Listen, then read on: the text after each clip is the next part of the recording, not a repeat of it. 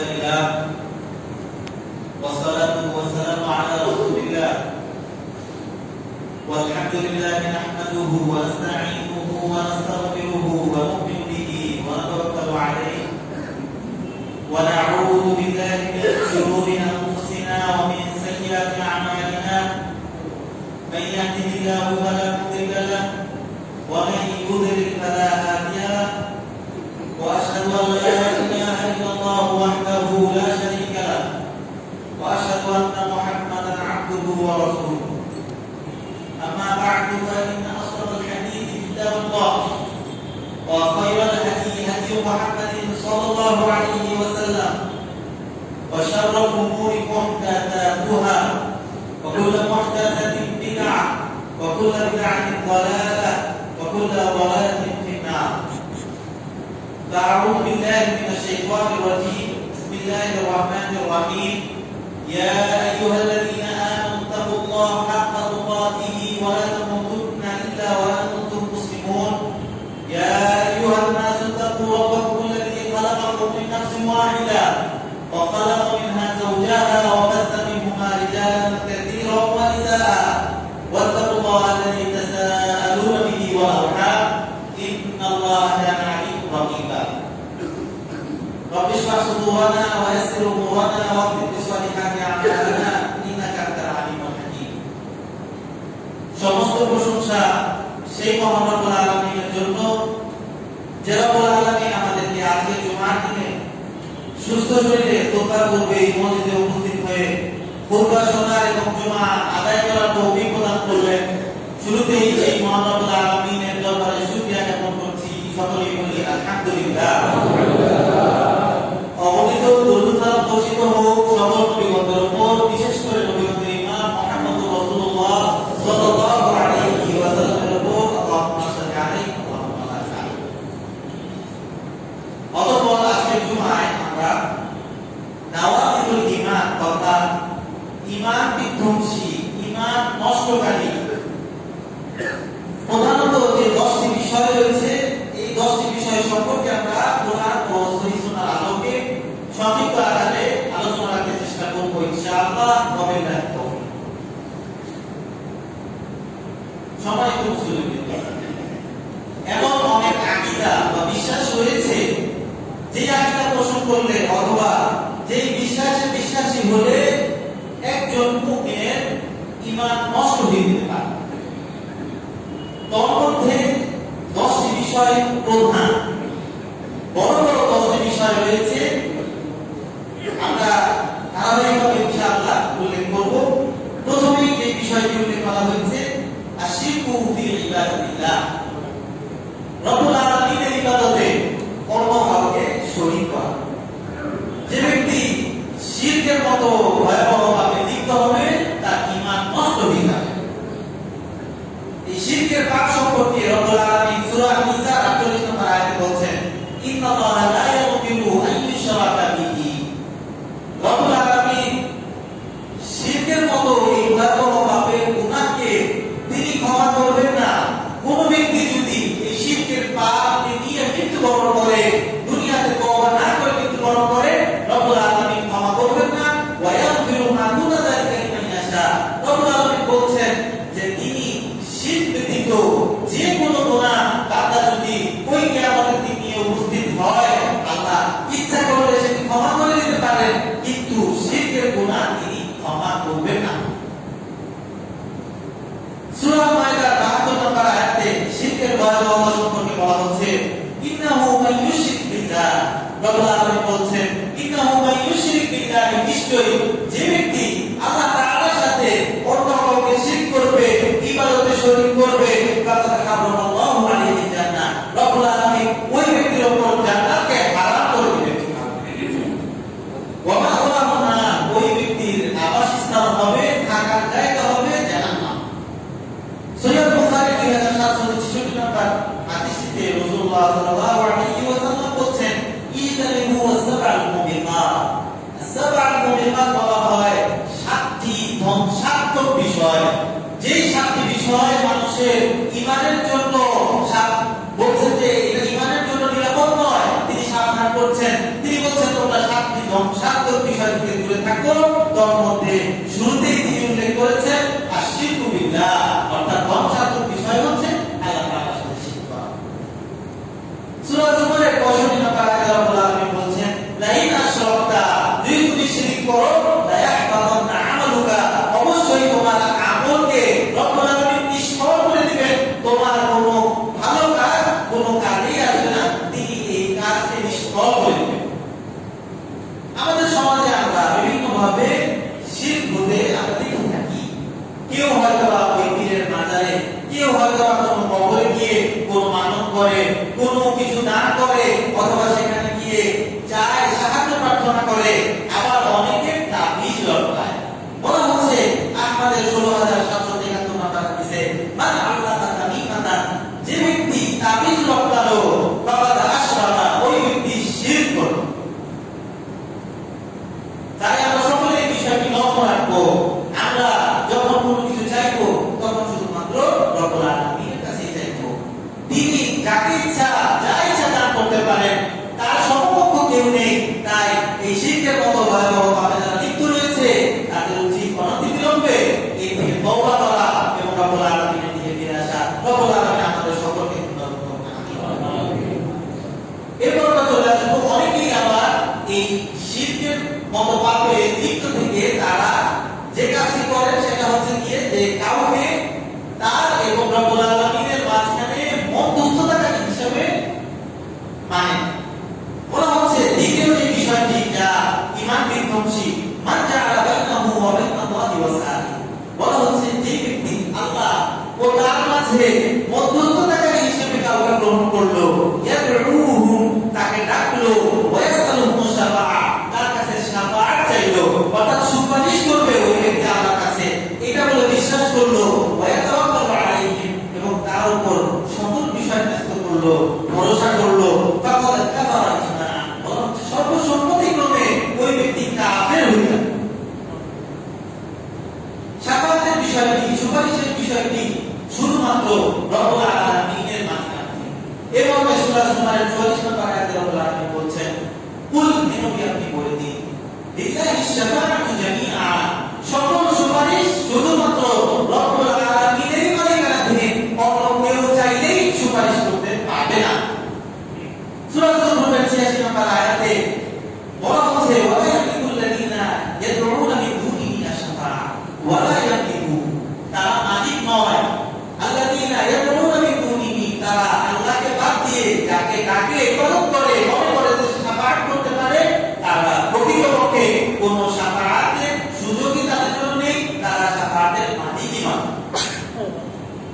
সূরা তাহার 109 নম্বর আয়াতে রব্বুল আলামিন বলছেন ইয়াউমা ইযিন, ওই দিন, কঠিনতম দিন, কিয়ামতের দিন, বলা হচ্ছে ভয়াবহ পরিস্থিতিতে লা তানফাউ শাফাআ, কোন সুপারিশই কাজে আসবে না, কারো সুপারিশই কবুল করা হবে না, ইল্লা মান আযিনাল্লাহুর রহমান, তবে রব্বুল আলামিন যাকে অনুমতি দিবেন সুপারিশ করার জন্য, ওয়াকিয়ালাহু মাওলা, এবং যার কথায় সন্তুষ্ট হবে সেই একমাত্র সুপারিশ করতে পারবে।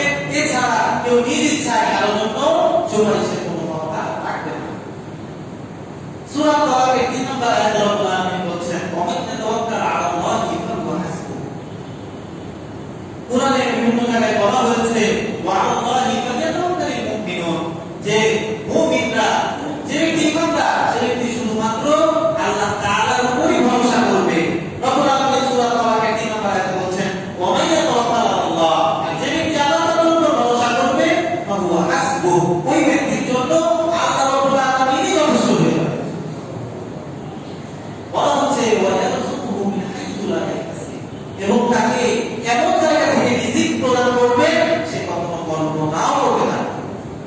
তাহলে আমাদের উচিত আমাদের প্রতিটি বিষয় রব্বুল আলামিনের উপর ন্যস্ত করা, তার কাছে সমর্পণ করা এবং তার উপরেই তাওয়াক্কুল করা, তার উপরেই ভরসা করা।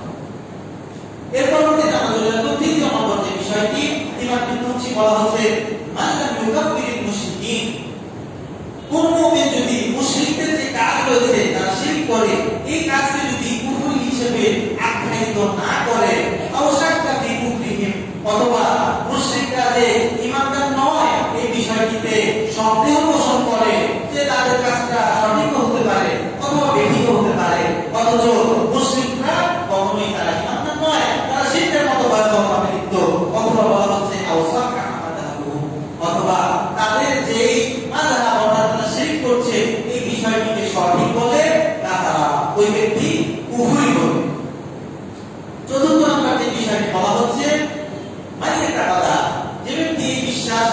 করলো যে আন্না আতিয়া গায়রুন নবী সাল্লাল্লাহু আলাইহি ওয়াসাল্লাম, যে নবী সাল্লাল্লাহু আলাইহি ওয়াসাল্লামের যে দিক নির্দেশনা রয়েছে, তিনি যে আমাদেরকে যা কিছু বলে গেছেন, যে বিষয়ে আদেশ করেছেন, যে বিষয়ে নিষেধ করেছেন, তার এই দিক নির্দেশনা পথ প্রদর্শনের চাইতে আকবারু মিন হাদিহি, বলা হচ্ছে অন্য কারো দিক নির্দেশনা বা পথ প্রদর্শনকে যারা পরিপূর্ণ মনে করে, ভালো মনে করে,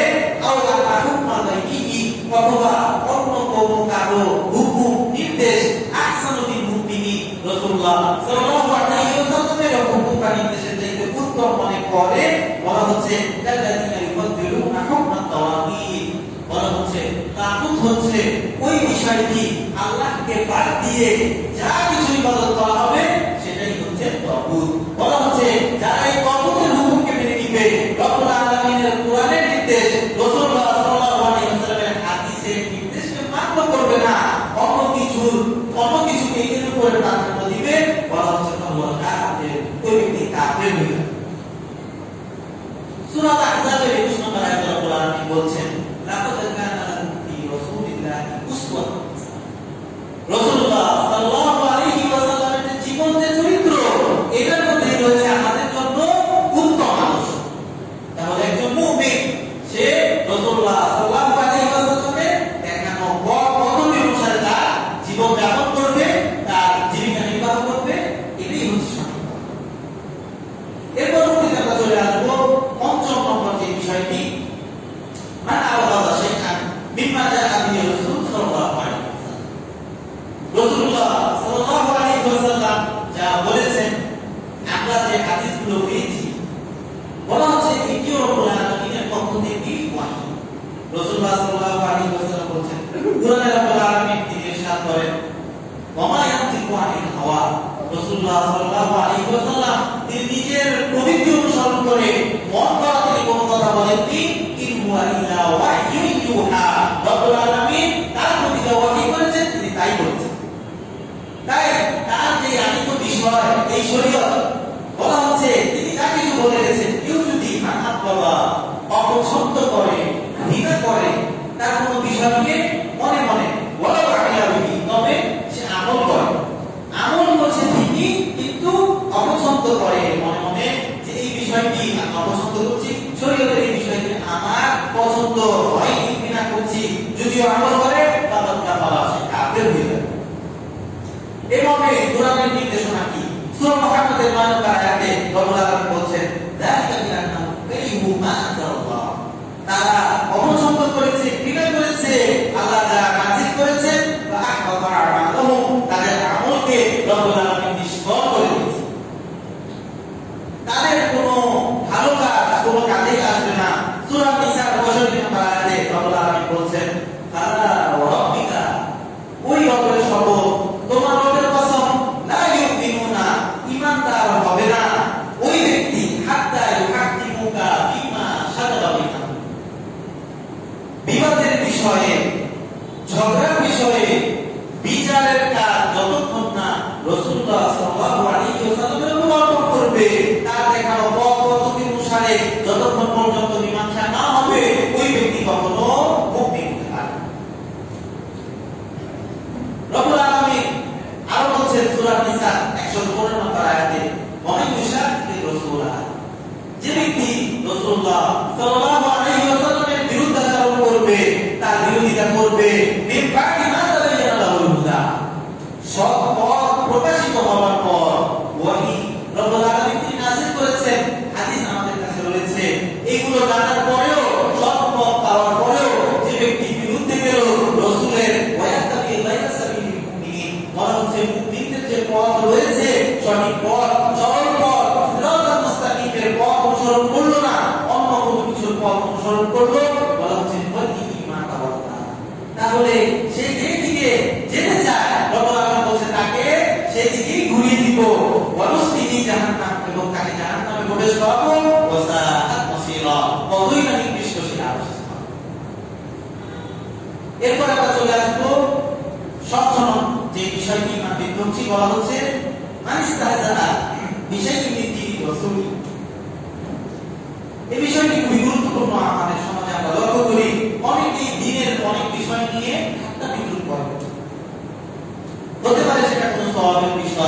কোন শাস্তির ঘোষণা আল্লাহ আলামিন দিয়েছেন।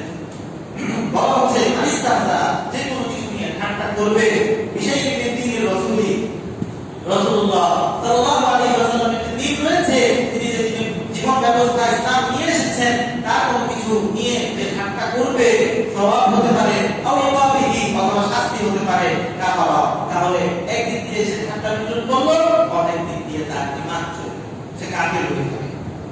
এভাবে কোরআনে যা প্রমাণিত রয়েছে সূরা তাওবার 65 এবং 66 নম্বর আয়াতে আল্লাহ আলামিন বলছেন, কুল, হে নবী আপনি বলে দিন, আবিল্লাহি ওয়া আয়াতিহি ওয়া রাসূলিহি, তোমরা কি আল্লাহ তাআলা এবং তার আয়াতসমূহ এবং তার রাসূলকে নিয়ে ঠাট্টা করতে, বিদ্রুপ করতে, যখন এটা প্রমাণিত হবে যে তারা ঠাট্টা বিদ্রুপ করেছিল, তখন বলা হবে লা তা'তাদিরু, তোমরা আজকের দিনে কোনো ওযর পেশ করো না, লা তা'তাদিরু ফাতাকাতুম বা'দা ঈমানিকুম, নিশ্চয়ই তোমরা ঈমান আনয়নের পরে তোমরা কুফরি করেছো।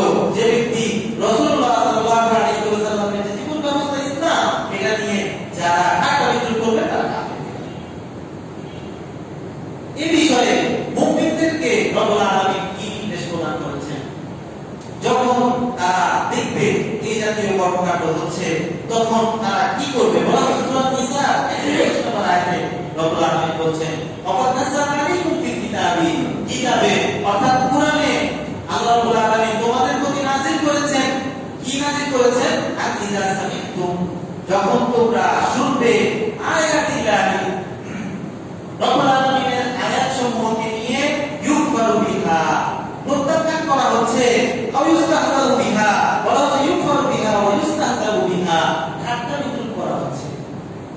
অর্থাৎ কোন একটি মজলিসে এরকম যদি কেউ দেখতে পায় যে সেখানে আল্লাহর আয়াতসমূহকে নিয়ে ঠাট্টা বিদ্রুপ করা হচ্ছে, প্রত্যাখ্যান করা হচ্ছে, মুমিনদের করণীয়, রব্বুল আলামিন বলছেন, ফালা তাকুনু মা'হুম, তোমরা তাদের সাথে বসবে না, সেই মজলিসে তোমরা অংশগ্রহণ করবে না, হাত্তা ইয়াকুনু ফি হাদিসিন বাইনি, যতক্ষণ না তারা অন্য কোনো আলোচনায় চলে যায়, ততক্ষণ পর্যন্ত তাদের সাথে তোমরা শামিল হবে না। কেননা যদি তোমরা সেখানে গিয়ে বসো, ইন্নাকুম ইযা মিথলুহুম, তোমরা তাদের মতোই হয়ে যাবে, অর্থাৎ ঠাট্টা বিদ্রুপকারীদের মতোই তোমরা হয়ে যাবে। অথচ একজন মুমিন সে কখনো রব্বুল আলামিনের ওয়াহী নিয়ে সে কখনো ঠাট্টা বিদ্রুপ করতে পারে না, তাই তোমরা সেখানে বসবে না, যাবে না।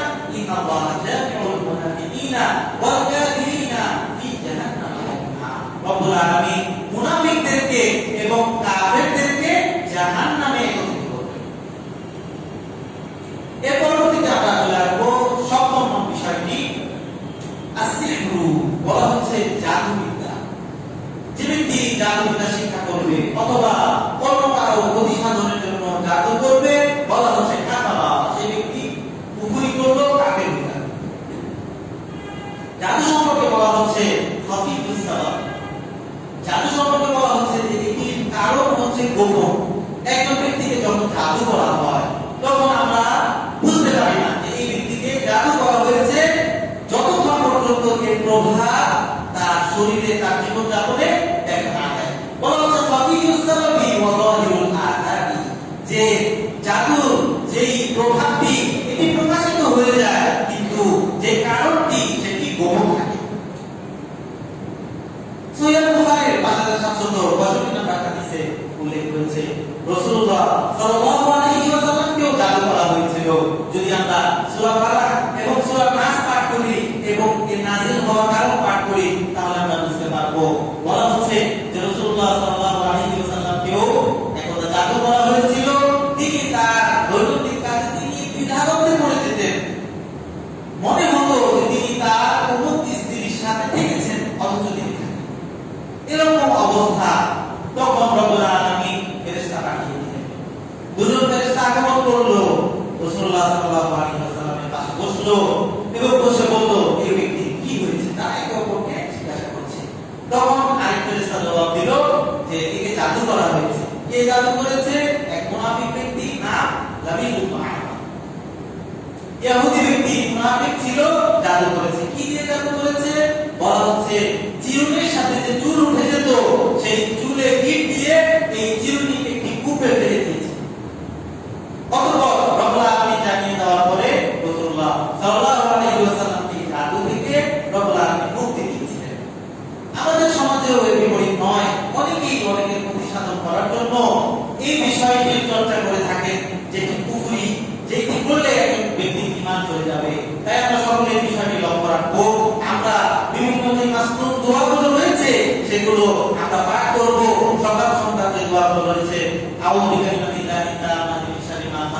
এছাড়াও বিসমিল্লাহিল্লাযী লা ইয়াদুররু মা ইসমিহি শাইউন ফিল আরদি ওয়া লা ফিস সামাই ওয়া হুয়াস সামিউল আলীম। এই জাতীয় দোয়াগুলো আমরা বেশি বেশি পাঠ করব এবং রাতে যখন আমরা ঘুমাতে যাব তখন আমরা আমাদের ঘরের দরজাগুলোকে বিসমিল্লাহ বলে আমরা সেই দরজাগুলোকে বন্ধ করব।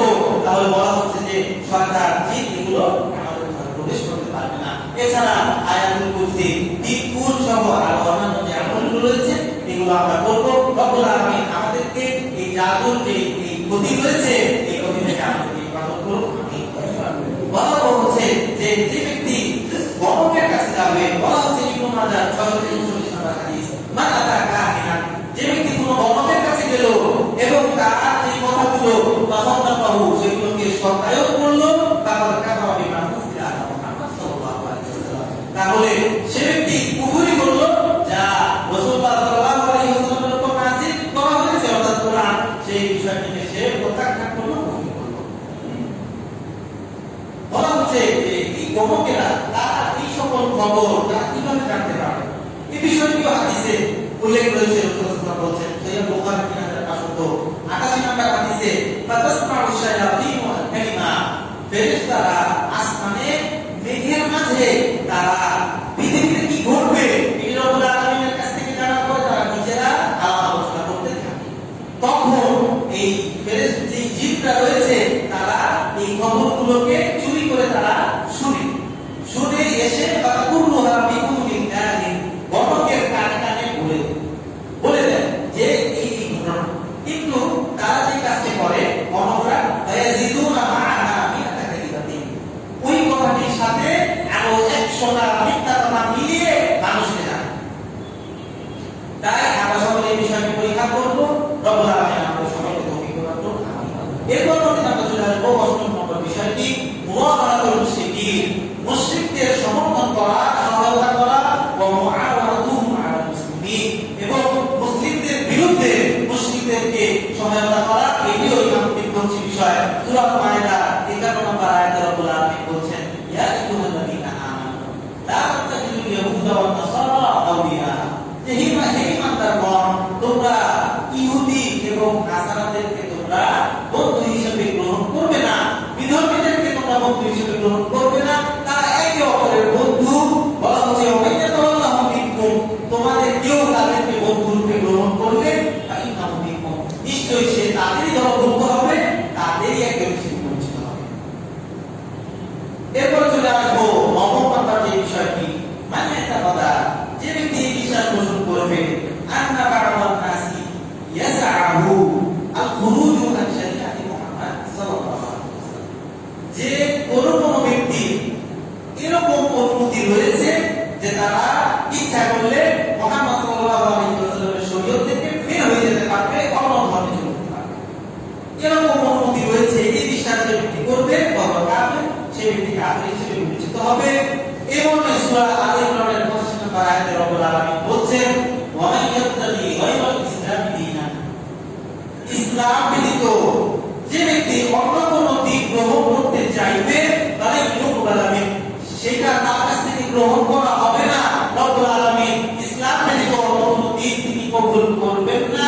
বলা হচ্ছে ইসলাম, যে শুধুমাত্র ইসলামই রব্বুল আলামিনের নিকটে গ্রহণযোগ্য জীবন ব্যবস্থা, ইসলামে শরীয়ত মানতে হবে।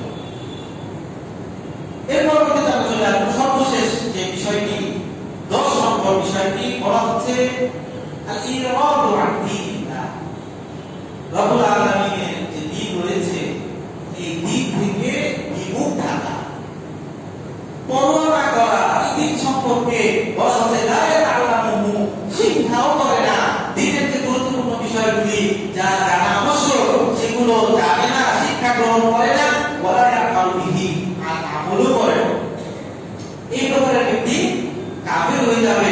বলা হচ্ছে সূরা সাজদা 22 নম্বর আয়াতে রব্বুল আলামিন বলেন, ওয়া মান আযলামু, ওই ব্যক্তির চাইতে কে বড় জালিম, মিম্মান যুকিরা বি আয়াতি রাব্বিহি, যে তার রবের আয়াতসমূহ দ্বারা উপদেশপ্রাপ্ত হওয়ার পরেও সুম্মা আ'রাদা আনহা, তা থেকে মুখ ফিরিয়ে নেয়, বিমুখ থাকে, সেগুলো থেকে শিক্ষা অর্জন করে না, সেগুলোর প্রতি আমল করে না, তার চাইতে বড় জালিম আর ব্যক্তি হতে পারে। সূরা তাওবা 124 নম্বর আয়াতে রব্বুল আলামিন বলেন, যে ব্যক্তি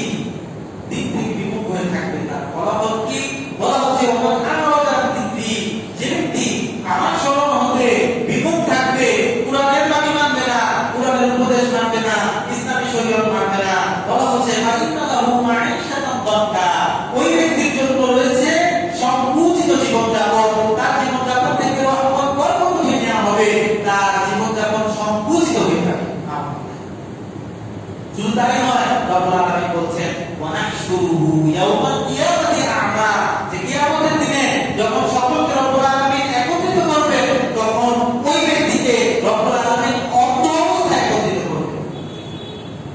সে কিছু দেখতে পাবে না, অতঃপর সে প্রশ্ন করবে, হে আল্লাহ, আমাকে আপনি অন্ধ অবস্থায় একত্রিত করলেন, অথচ দুনিয়াতে আমি অন্ধ ছিলাম না, আমি সব কিছু দেখতে পেতাম, কেন আমাকে আপনি অন্ধ অবস্থায় একত্রিত করলেন? তখন আল্লাহ আপনি বলবেন যে এটি ওই বিষয়ে ফলাফল যে দুনিয়াতে তুমি আমার দিকের থেকে বিমুখ থাকতে, তুমি উপদেশ গ্রহণ করতে না, কোরআন সুন্নাহ অনুযায়ী জীবন পরিচালনা করতে না, তাই এর ফলাফল আজকে তোমাকে ভোগ করতে হবে, তোমাকে অন্ধ অবস্থায় রাখতে হবে। তাই আমাদের সকলের বিষয়টি লক্ষ্য রাখা উচিত। ঈমান বিধ্বংসী যে বিষয়গুলো রয়েছে এই বিষয়গুলো আমরা পরিপূর্ণভাবে জানবো এবং অনুধাবন করে সেগুলো আমরা সেগুলো থেকে বেঁচে থাকার চেষ্টা করব। রব্বুল আলামিন আমাদের সকলকে তৌফিক দান করুন, আমিন। বারাকাল্লাহু ফি ওয়া লাকুম ফিল কুরআনি ওয়া তাকা ওয়া নাফা'নি ওয়া ইয়্যাকুম বিমা ফীহি মিনাল আয়াতি ওয়াল ইযা ইন্না ফীহি লা'ibratan লিমান yattaqى ওয়া যিকরা ওয়া যিকরা লিমান yattaqى। আকুলু কওলি হাযা আস্তাগফিরুল্লাহ লি ওয়া লাকুম ওয়া লিসাইরিল মুসলিমিন ফাস্তাগফিরুহু ইন্নাহু হুয়াল গফুরুর রহিম।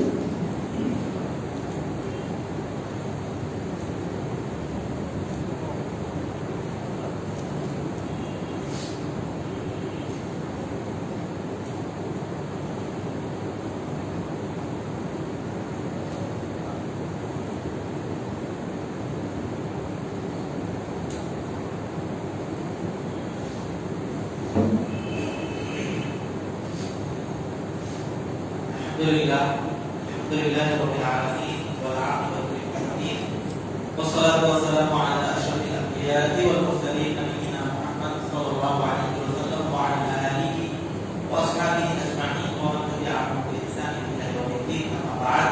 A'udzu billahi minasy syaithanir rajim. Bismillahir rahmanir rahim. Innallaha wa malaikatahu yusholluna 'alan nabiy ya ayyuhalladzina amanu shallu 'alaihi wa sallimu taslima. Allahumma shalli 'ala وعلى آل محمد كما صليت على إبراهيم وعلى آل إبراهيم إنك حميد مجيد. اللهم بارك على محمد وعلى آل محمد كما باركت على إبراهيم وعلى آل إبراهيم إنك حميد مجيد.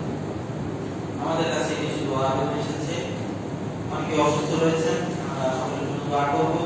বিশেষভাবে একজন ভাই তিনি এখানে উপস্থিত আছেন, তার সমস্যা, আমরা সবাই তার জন্য দোয়া করব। এবং এর পাশাপাশি আরো একটি বিশেষভাবে দোয়া এসেছে, একই পরিবারের 5 জন আগুনে ধরে মাটিতে ভর্তি আছে, আমরা বিশেষভাবে তাদের জন্য দোয়া করব। সেখানে ছোট বাচ্চা রয়েছে, রব্বুল আলামিন যেন তাদেরকে শিক্ষায় হাজিরা কামিল নসিব করেন এবং যেন তাদেরকে হায়াত তাইয়্যিবা দান করেন এবং আমাদের মানহাজ নিয়ে আসে। রব্বুল আলামিন আমাদের দোয়া কবুল করুন। আমরা সকলের জন্য দোয়া করব। আযবিল বাসাওয়াল নাস ওয়াশফিল শাফি লা শিফা ইল্লা শিফাউ শিফা লা ইউগাদিরু সাকামা। আযবিল বাসাওয়াল নাস ওয়াশফিল শাফি লা শিফা ইল্লা শিফাউ শিফা লা ইউগাদিরু সাকামা। اللهم أعز الإسلام والمسلمين وخذل الكفر واليهود والنصارى والمشركين والملحدين وكل أعداء الدين. اللهم انصر من نصر دين محمد صلى الله عليه وسلم واجعلنا منهم، واخذل من خذل دين محمد صلى الله عليه وسلم ولا تجعلنا منهم. রব্বুল আলামিন আমাদের যারা অনিষ্ট করতে চায়, যারা আমাদের ক্ষতি সাধন করতে চায়, রব্বুল আলামিন আমাদেরকে তাদের থেকে আপনি হেফাজত করুন। আমাদেরকে যারা ক্ষতি করতে চায়, বিশেষভাবে মুসলিম উম্মাহ যারা ক্ষতি করতে চায়, এই মুশরিকরা, ইহুদিরা, আপনি তাদেরকে তাদের যে চক্রান্ত রয়েছে তাদের চক্রান্ত দ্বারা প্রতিহত করুন এবং আমাদেরকে ঈমান এবং আমলের সাথে জীবন যাপন করার তৌফিক প্রদান করুন। সুবহান রাব্বিকা রাব্বিল ইজ্জাতি আম্মা ইয়াসিফুন ওয়া সালামুন আলাল মুরসালিন ওয়ালহামদুলিল্লাহি